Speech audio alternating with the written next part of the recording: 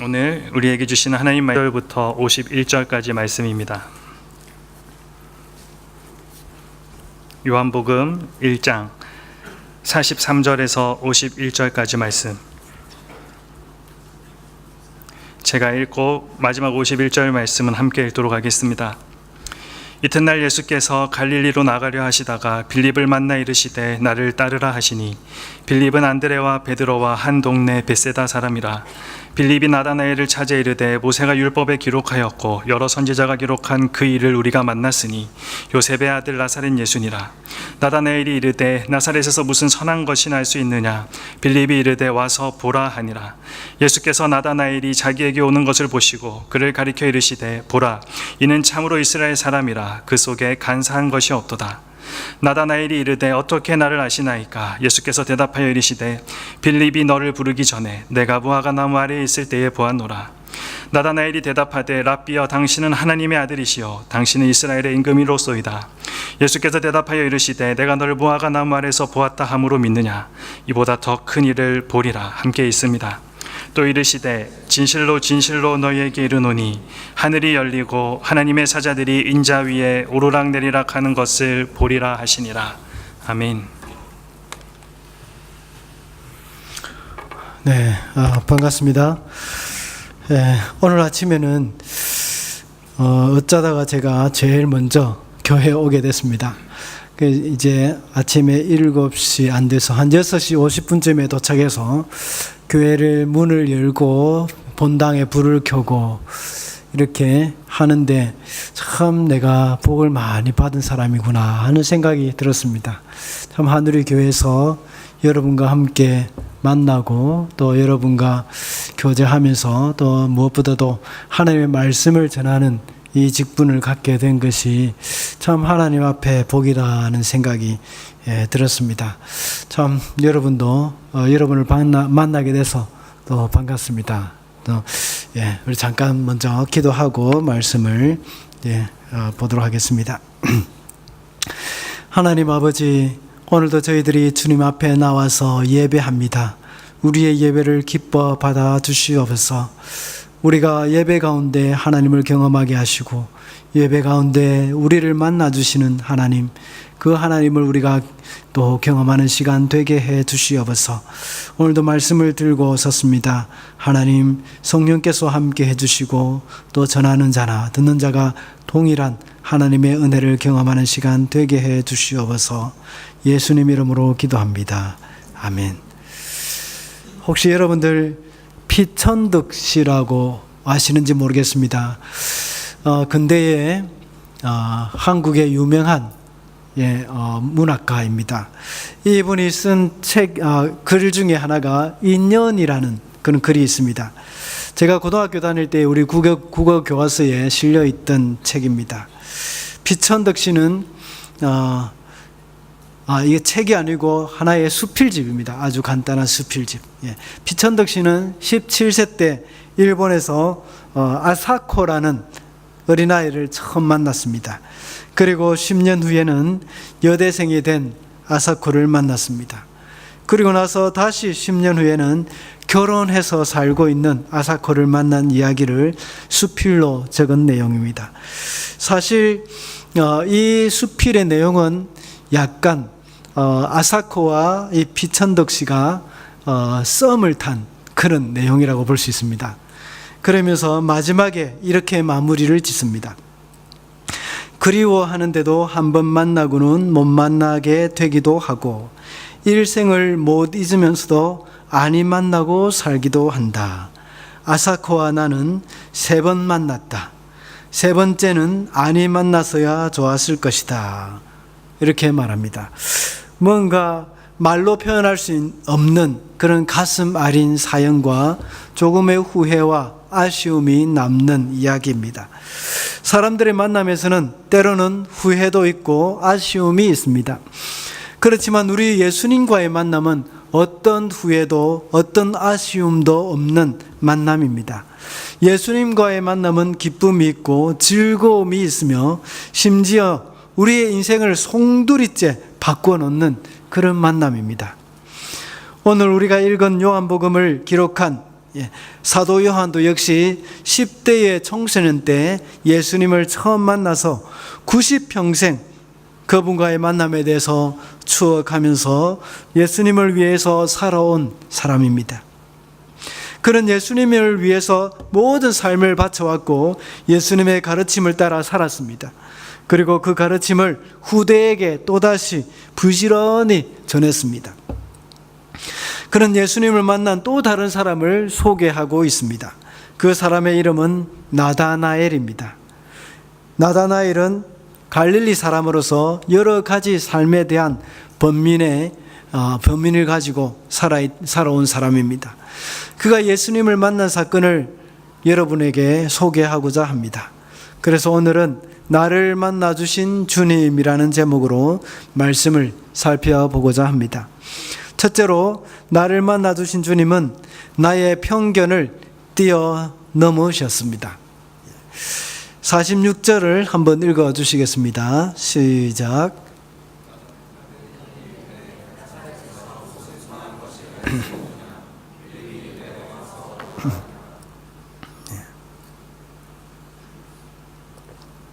방금 읽은 구절은 나다나엘의 친구 빌립이 예수님을 소개하면서 모세와 선지자가 기록한 그분을 만났다고 말을 합니다. 그분이 바로 메시아인데 요셉의 아들 나사렛 예수라고 말을 합니다. 그때 나다나엘은 나사렛 사람이라는 그 말에 약간 기분이 언짢은 투로 대답을 합니다. 나사렛에서 무슨 선한 것이 나올 수 있느냐라고 반응을 합니다. 기분이 나쁜 것입니다. 메시아라고 하면 예루살렘 정도는 되어야지 나사렛에서 무슨 메시아가 나오느냐는 말입니다.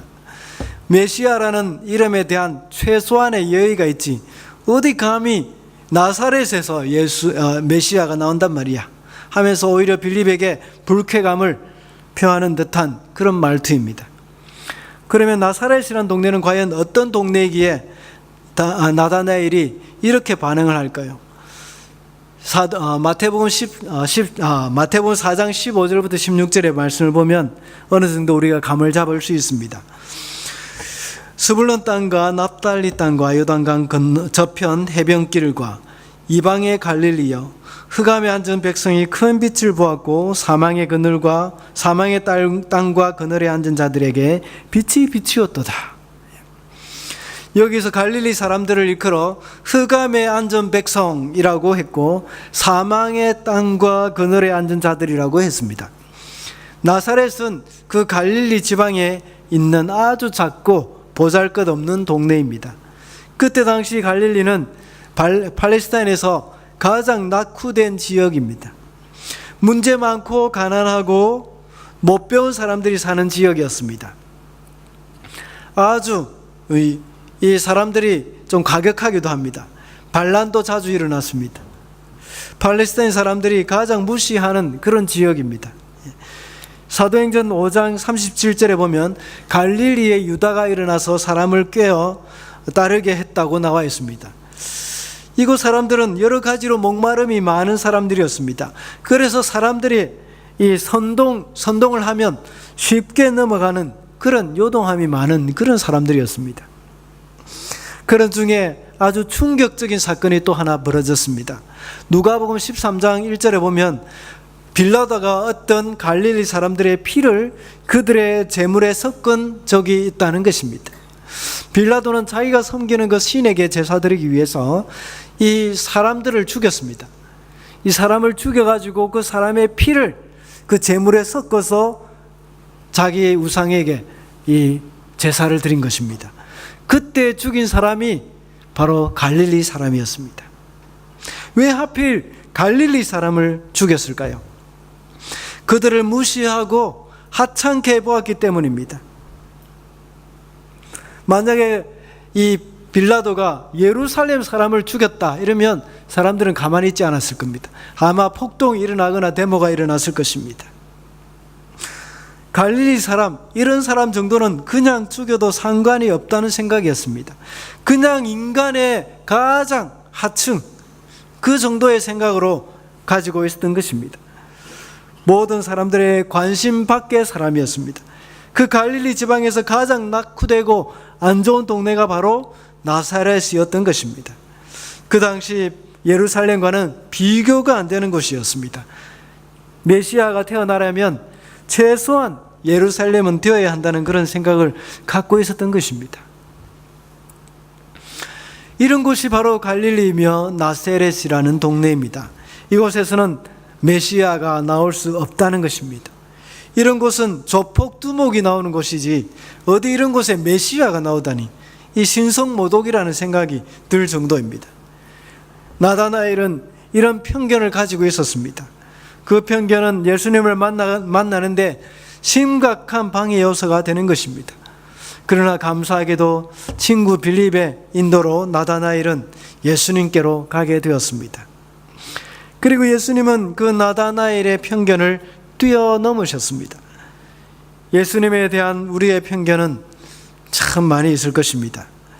그 중에 하나는 예수님을 믿으면 만사 형통이라는 말일 것입니다. 다시 말하자면 번영의 신학입니다.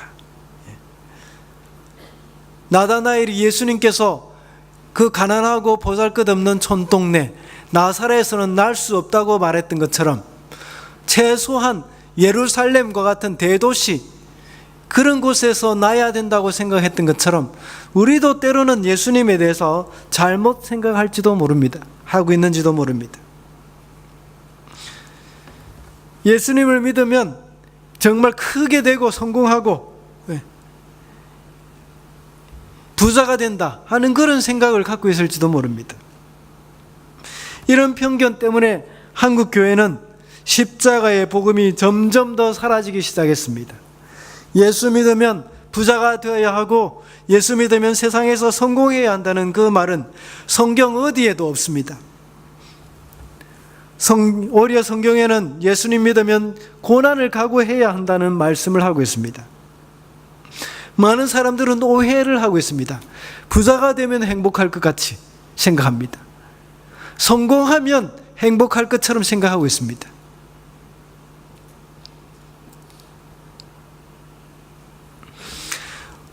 예수님의 말씀대로 살면 이 세상에서 조금 성공할 수도 있지만 고난이 더 많다는 것을 우리는 기억해야 합니다.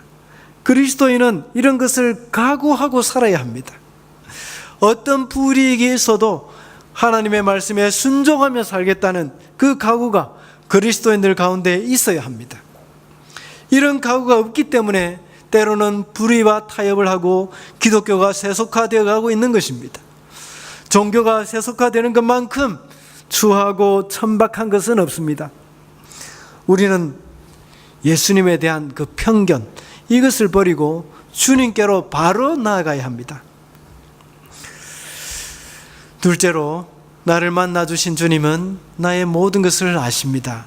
우리 47절과 48절 한번 읽어주시기 바랍니다.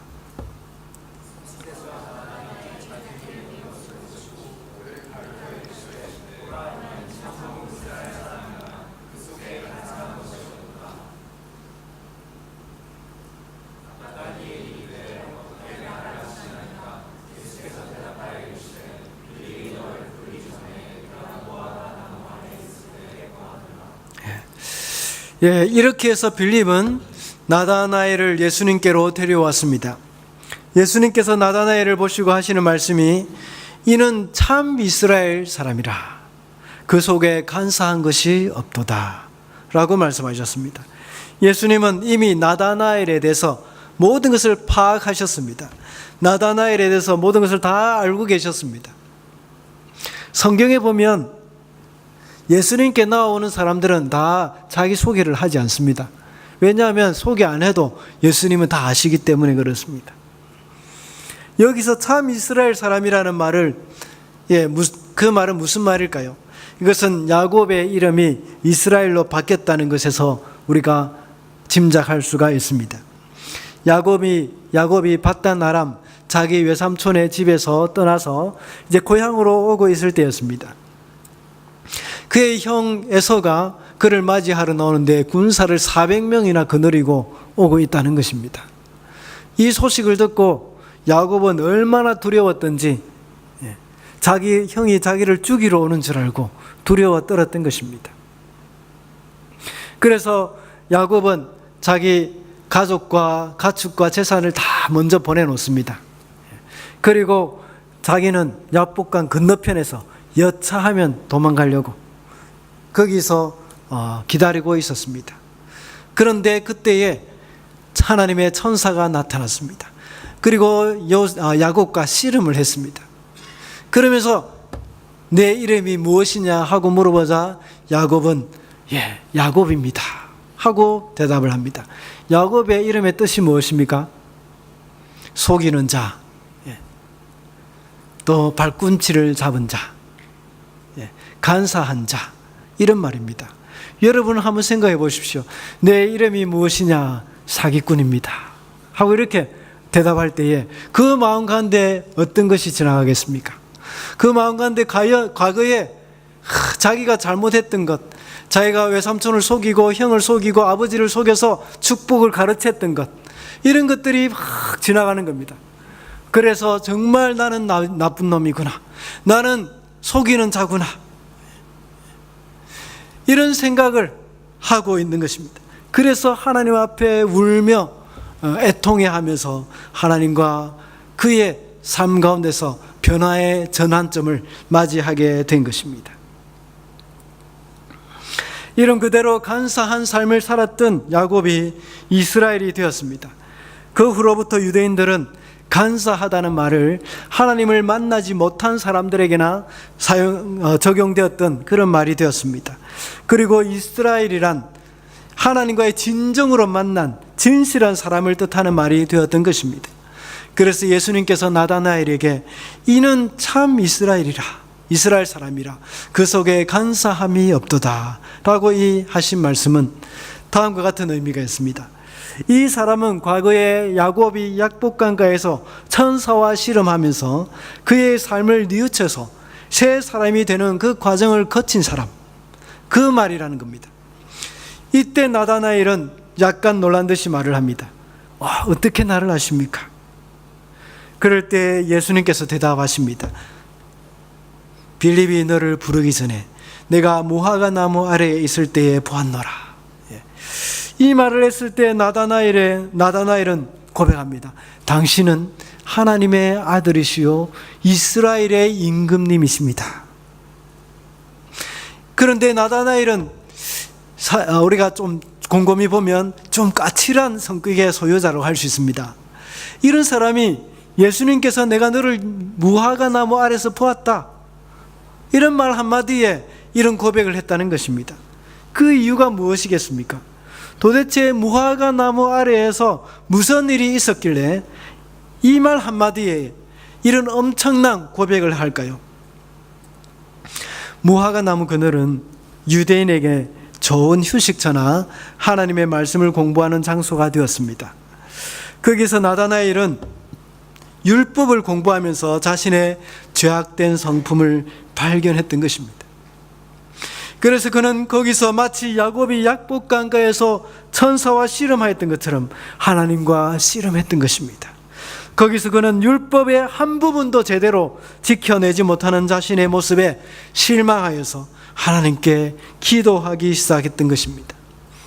그렇게 하면서 그 기도가 점점 더 깊이를 더해가서 마침내 통곡을 하면서 가슴을 치며 자신의 연약함을 하나님 앞에 내어놓게 되었던 것입니다.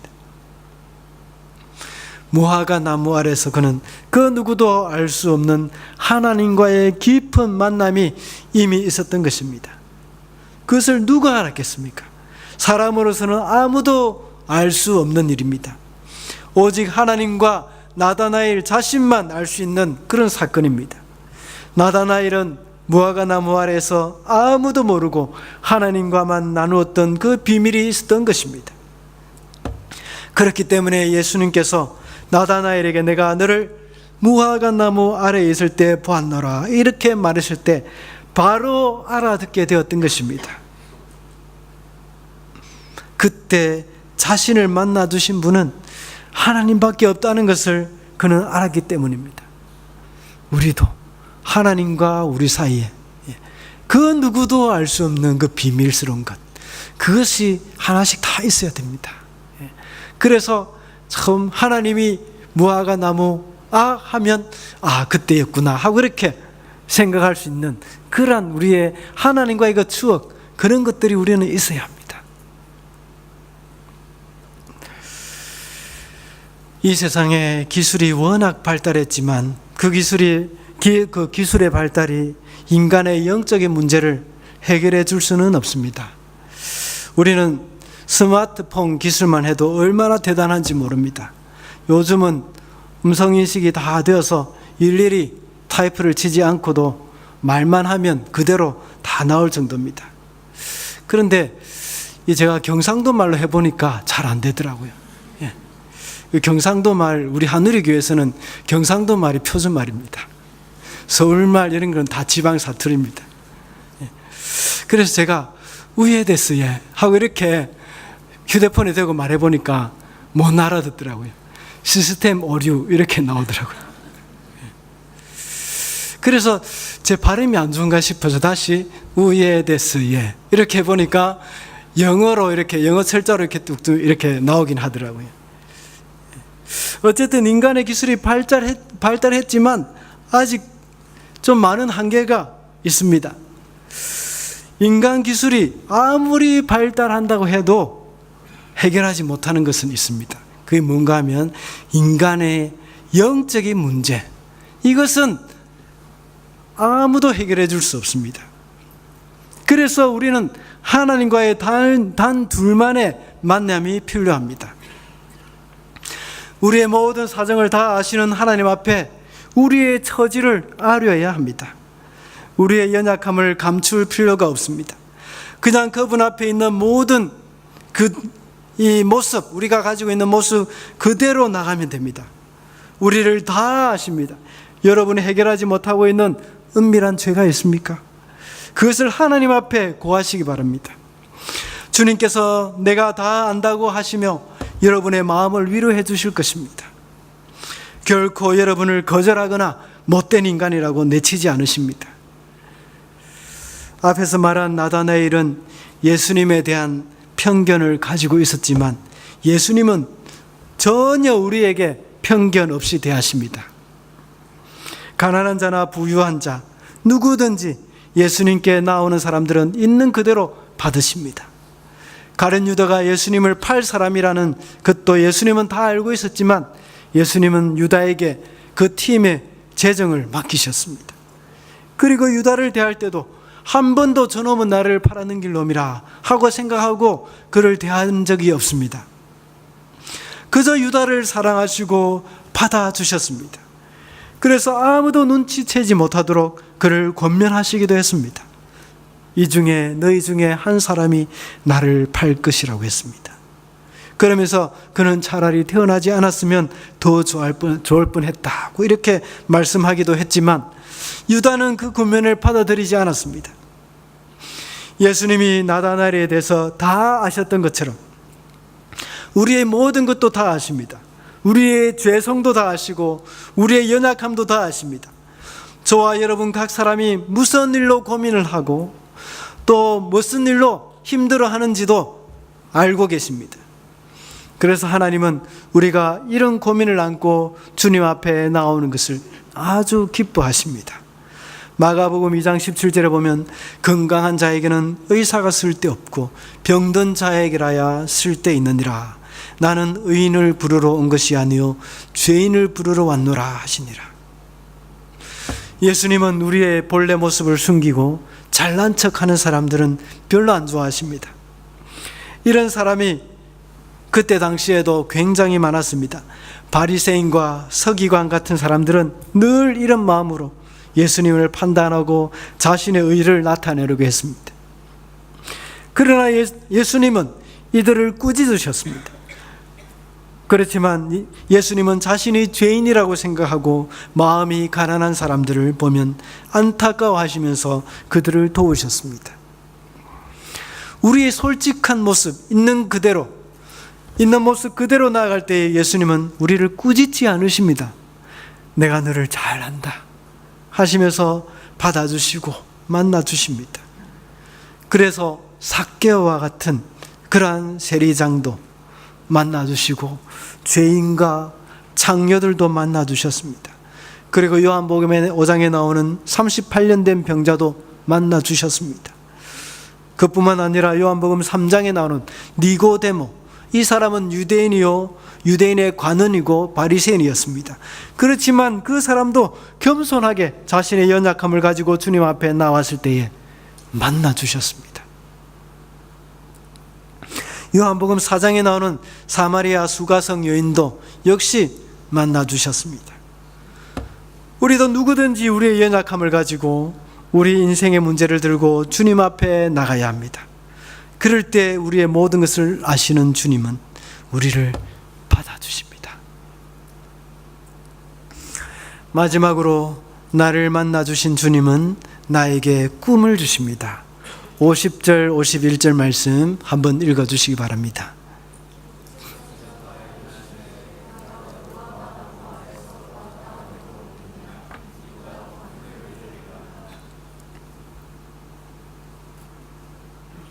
(51절)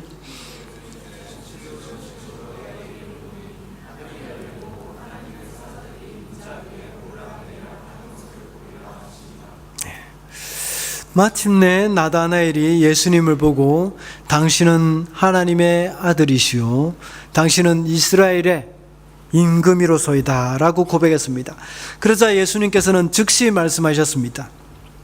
내가 너를 무화과 나무 아래서 보았다 함으로 믿느냐? 이보다 더 큰 일을 보리라. 그리고는 하늘이 열리고 하나님의 사자들이 인자 위에 오르락 내리락 하는 것을 네가 볼 것이다 하고 말씀하셨습니다. 예수님을 만나고 예수님께 자신의 신앙을 고백한 나다나엘에게 예수님은 지금 새로운 꿈과 비전을 주시는 것입니다. 지금 나다나엘은 예수님과의 인격적인 만남을 경험하고 있지만 앞으로는 더 큰 일을 보게 될 것을 말씀하셨습니다. 더 큰 영적인 은혜를 누리게 될 것이라는 말씀입니다. 50절과 51절 말씀을 여러 가지로 설명할 수 있지만 오늘은 나다나엘에게 새로 하나님을 만난 예수님을 인격적으로 만난 나다나엘에게 내가 너에게 큰 꿈과 비전을 주겠다, 그 내용입니다. 사실 갈릴리 젊은이들에게는 흑암 가운데 사는 자들이었고 사망의 그늘에 앉아있는 자들이라고 할 수 있습니다. 이 말은 가장 낙후된 지역이며 영적으로 어두운 지역이라고 말씀합니다. 그들에게는 희망이 없습니다. 마치 제가 사해 가던 파푸아 뉴기니를 생각하게 하는 곳입니다. 그곳은 전기와 수도가 없습니다. 사람들은 말 그대로 흑암 가운데 있습니다. 그냥 강가에 가서 물을 끼려서 흙탕물도 벌컥벌컥 이렇게 마십니다. 어린아이들은 옷도 별로 입지 않습니다. 위에 거 하나만 걸치면 됩니다. 화장실 훈련도 필요 없습니다. 그냥 돌아서면 됩니다. 돌아설 필요도 없지만 돌아서는 이유는 놀던 곳이 좀 안 좋을까 싶어서 돌아서서 놉니다. 그리고 그냥 적당한 곳에 앉으면 또 됩니다. 어린아이들이 볼일을 보고 나면 어느새 개들이 달려와서 깜짝같이 이 낼름 흔적도 없이 먹어치웁니다. 아이들은 피부병이 나서 진물이 나오고 종기가 나서 고름이 줄줄 흘러내려도 약을 바르지 않습니다.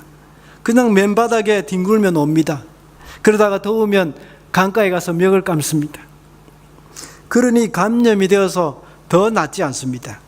의료 혜택이 거의 없습니다. 그래서 아침마다 저와 아내는 연고를 들고 다니면서 아이들에게 발라주고 기도해주면서 하루를 시작했습니다. 거기 아이들은 학교도 가는 둥 마는 둥입니다. 학교는 1시간 이상씩 걸어서 가기 때문에 가기 싫으면 그냥 놉니다. 가다가도 길가에서 그냥 놀다가 돌아옵니다. 청년들은 할 일이 없습니다. 공부도 할 생각이 없습니다. 공부해도 별로 쓰일 때도 없습니다. 그냥 바나나 따서 팔고 물고기 잡고 또 사냥하고 이렇게 하면 먹고 살 수 있습니다. 집에서 만든 술을 먹고 그것이 얼마나 독한지 이 뇌를 다친 청년도 있었습니다. 어디서 마약을 구했는지 피우다가 저를 보면 또 정신이 몽롱한 상태에서 또 저하고 말을 하기도 합니다. 자, 이런 곳에서 사역하다가 오랜만에 한국에 갔습니다. 그러니까 너무 신기한 것들이 많았습니다. 버스를 타는데 정류소에 가면 다음 버스가 몇 분 후에 도착한다는 그런 것까지 다 전광판에 나왔습니다. 그리고 또 버스가 지금쯤 어디에 있다는 것, 몇 정거장 앞에까지 있다는 것까지 그 버스 정류소상 거기에 전광판에 나와 있습니다. 이 지하철도 역시 마찬가지였습니다. 이 신기해서 이곳저곳 다니는데 보면서 자세히 살펴보기도 하고 그렇게 합니다. 그런데 모든 사람들이 저를 다 쳐다보는 것 같았습니다. 사람들은 제가 이 파푸아 뉴기니에서 살다 온 사람인 줄 아는 것 같았습니다. 정말 모든 것이 참 신기했습니다. 그래서 이런 것들이 재미있어서 또 저 혼자 다닐 때는 대중교통을 참 많이 이용하기도 했습니다. 갈릴리는 예루살렘과는 천지 차이였습니다. 마치 오늘날 파푸아 뉴기니와 한국의 차이 같을 것입니다. 나다나엘은 갈릴리 사람들은 이 예루살렘 사람들과는 다르다는 생각을 늘 하고 살았던 것입니다. 지역적인 열등감을 안고 살았습니다. 이런 곳에 살고 있던 청년들은 소망을 갖고 있지 않았기 때문이었습니다. 꿈과 비전이 없습니다. 그래도 이 사람들은 영적인 갈급함은 있었던 것 같습니다. 그래서 갈릴리에 살다가 세례 요한이 인도하는 그 부흥회에 참석하기 위해서 멀리까지 이렇게 걸어서 왔습니다. 그런 중에 예수님을 만나게 되었던 것입니다. 이런 나다나엘에게 예수님은 앞으로의 꿈을 말씀해 주셨습니다. 지금까지 그 누구도 갈릴리 청년들에게 꿈을 말해준 적이 없었습니다. 그러나 예수님은 달랐습니다. 그래서 나다나엘은 12명의 제자 중에 한 명이 되어서 예수님을 따르게 되었습니다. 그의 이름은 다른 본문에서는 바돌로메라고 나와 있습니다. 오늘날도 마찬가지입니다. 예수님을 만나기 전에 청년들은 꿈이 없지만 예수님을 만난 사람들은 꿈을 꿉니다. 한국의 청년들은 공무원 시험을 위해서 몇 년 동안 공부를 하면서 준비를 합니다. 그러다가 불합격하면 예수님을 만나지 못한 청년들 중에는 스스로 목숨을 끊고 마는 사람들도 있습니다. 참 얼마나 안타까운지 모릅니다. 그까지 공무원 시험이 무엇이길래 이렇게 사람을 비참하게 하는 것입니까? 대부분의 젊은이들은 꿈도 없고 비전도 없습니다. 그저 어떻게 하면 잘 먹고 잘 살 것인가에만 관심이 있습니다. 자신의 명예와 돈과 욕망을 채우며 살아가고 있습니다. 그러나 예수님을 만난 사람들은 꿈을 꾸게 됩니다. 어떻게 하면 인생을 더 가치 있게 살 것인가? 어떻게 하면 남을 유익하게 하며 살 것인가에 고민을 하게 됩니다. 왜냐하면 예수님께서 꿈을 주셨기 때문입니다. 나다나엘도 예수님의 제자로 살다가 나중에는 땅끝까지 복음을 전하는 사람이 되었습니다. 아시아 선교사가 되었습니다. 그는 오늘날의 터키 그 지역에서 예수님을 전거하였고 아르메니아에서 설교하다가 순교하였습니다. 살이 벗겨지고 죽을 때까지 채찍에 맞았습니다. 왜냐하면 나다나엘은 자신을 만나주신 예수님에게서 그의 꿈을 발견했고 그것을 실현해 나가는 것이 가장 큰 행복이었기 때문입니다. 그래서 예수님의 제자들은 죽음을 맞이할 때 이런 말을 했습니다. 나는 오랫동안 이 행복한 순간을 바라고 기다렸습니다. 하고 죽음을 맞이했습니다. 저는 여러분에게도 이와 같이 순교하라는 그런 말은 하지 않습니다. 다만 예수님을 만난 사람은 뭔가 다른 꿈과 비전을 가지고 살아야 한다는 것입니다. 늘 믿지 않는 사람들처럼 하루하루를 연명하듯이 살아가는 것이 아니라는 것입니다. 모두가 다 선교사가 되거나 목사가 되라는 말도 아닙니다. 직장 생활을 하는 사람들도 선교사나 목사 못지않게 하나님을 기쁘시게 할 수 있습니다. 학교 다니는 사람도, 공부하는 사람도 이 선교사나 목사 못지않게 하나님을 기쁘시게 할 수 있습니다. 같은 일을 하더라도 무엇을 목적으로 일을 하느냐가 중요한 것입니다. 우리가 그 목적을 달리해야 합니다. 예수 그리스도의 그 영광의 십자가의 길을 걸어가는 그런 사람으로 살아야 합니다. 이제 말씀을 맺겠습니다. 우리는 많은 만남이 있습니다. 그 중에는 후회스러운 만남이나 아쉬움이 남는 만남이 많습니다. 그렇지만 우리 예수님과의 만남은 후회도 아쉬움도 없습니다. 이것은 우리 인생의 가장 큰 축복이며 잊을 수 없는 추억을 만들면서 우리를 행복하게 해줍니다. 우리를 찾아오신 예수님은 우리의 편견을 뛰어넘었습니다. 그리고 우리의 모든 것을 다 아시며 우리에게 꿈을 주십니다. 우리도 예배를 통해서 예수님을 만나게 되시기를 바랍니다. 그리고 주님은 하나님의 아들이시요 이스라엘의 임금이십니다 라고 고백하면서 주님을 위해 살기로 다짐하는 저와 여러분이 되시기를 바랍니다. 기도하겠습니다. 하나님 아버지, 감사합니다. 때로는 우리가